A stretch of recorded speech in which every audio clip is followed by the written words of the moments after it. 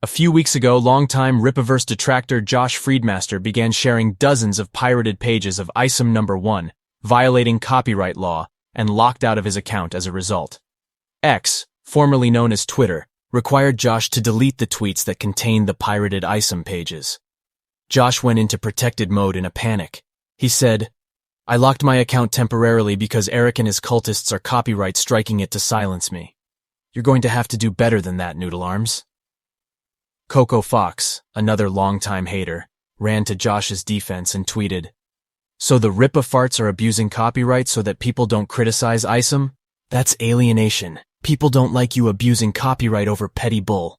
Then Vicky chimed in, saying, "I've seen some amazing fragility on display by Eric July, but this beats all of it," striking down Josh for posting a couple of panels. Weak. This is not how we will win works if you have any self-respect or are confident in your product. Vicky is lying here, and claims Josh only posted a couple of panels when in reality, he spent weeks spamming a bunch of pages from the book, talking all kinds of trash and hating on Rippaverse. No way you can justify that.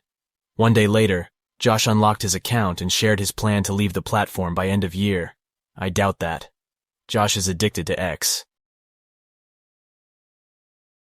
Vito, an ankle-biting jealous grifter, crawled out of his hole saying, "Apparently people's accounts are being struck with DMCA claims if they post pictures from ISOM number 1 alongside negative commentary. ISOM, the comic's so good that anyone criticizing it gets hit with legal action." Classic behavior from Vito. The ultimate concern troll. Hardly anybody takes him serious because he is incapable of taking himself serious. Vito and Coco Fox's followers reacted calling Eric a snowflake, fake libertarian culture war-grifting hypocrite, commenting that he can DMCA everyone he wants but the comic will never become good, accusing him of almost committing charity fraud and using false DMCA, labeling Eric a modern-day fascist, blah blah blah. Next we have social justice warrior Captain America saying, "Bitch-ass coward Eric July," and is now DMCA striking anyone who comments and criticizes his work. Literally the entire thing he makes money on YouTube for and 90% of his content on Twitter. You have to be specially thin-skinned to go to this level. What a twat waffle. Del Rio, a concern troll, acts like he is a fellow libertarian, says, "Eric July is a libertarian. You should be ashamed.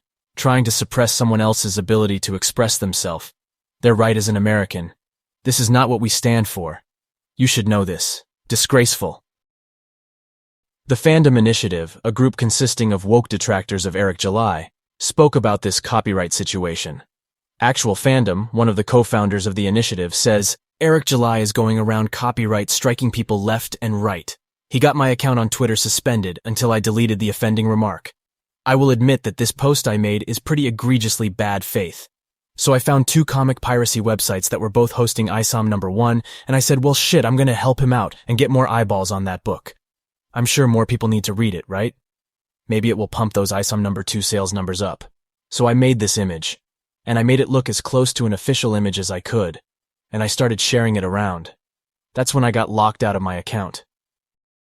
Actual Fandom owned up to his actions. That was unexpected. Maybe he only said this because he got caught. Yeah, I believe that is the case. After Actual Fandom got temporarily suspended, Vicky was caught violating X rules as well. What a surprise. Vicky says, "Eric July is such a fragile bitch. He strikes down fair use commentary." Stop lying, Vicky. You were distributing content illegally. Derelict Golem asks Vicky, "Pirated images of his comic isn't fair use?" Vicky answers, "Yeah, they are actually." Yassine comments, "So is there no dispute process? Seems like you lost a claim, which means Twitter agreed it was infringement, as they state a valid DMCA notice." Vicky responds, "When someone makes a DMCA claim, the provider, in this case Twitter, is required by law to take down the disputed content. There is a sort of appeals process. I will be filing that tonight. In 2 weeks, the content will be back on Twitter until July files a court order." The lengths that Vicky is willing to go for attention is embarrassing. Organized Chaos, co-founder of the Fandom Initiative, says, "Eric is a snowflake. For someone who is so against the government existing, he sure seems okay with copyright law." Fizz. So now Eric July is abusing DMCA strikes? He's a bigger loser than I thought. M3 writer. If you are a creator and are DMCA striking anyone criticizing your work that you're supposed to be proud of, especially if your claim to fame is criticizing the work of outlets, you're not cut out for creative industries. This is very cowardly and shows a total inability to take criticism. Coco Fox back with, should Eric July's videos be copyright struck because he uses someone else's images when discussing comics? Thomas also got temporarily suspended and says, I got one too for a tweet of a screen cap of 4chan. Notice how you have to fully dox yourself to contest it. There is much more, however, these are the highlights. Detractors are testing the limits to see how much they can get away with. Goalposts are heating up as fulfillment for ISOM number 2 is underway. Looks like Nerdette is getting in on the action with a video titled, Eric July and Rippaverse commits the worst creator sin, attacks and silences critics. Bottom line, you can't scan a physical book for the sole purpose of distributing it online so that people who don't want to pay can pirate the book. That's illegal.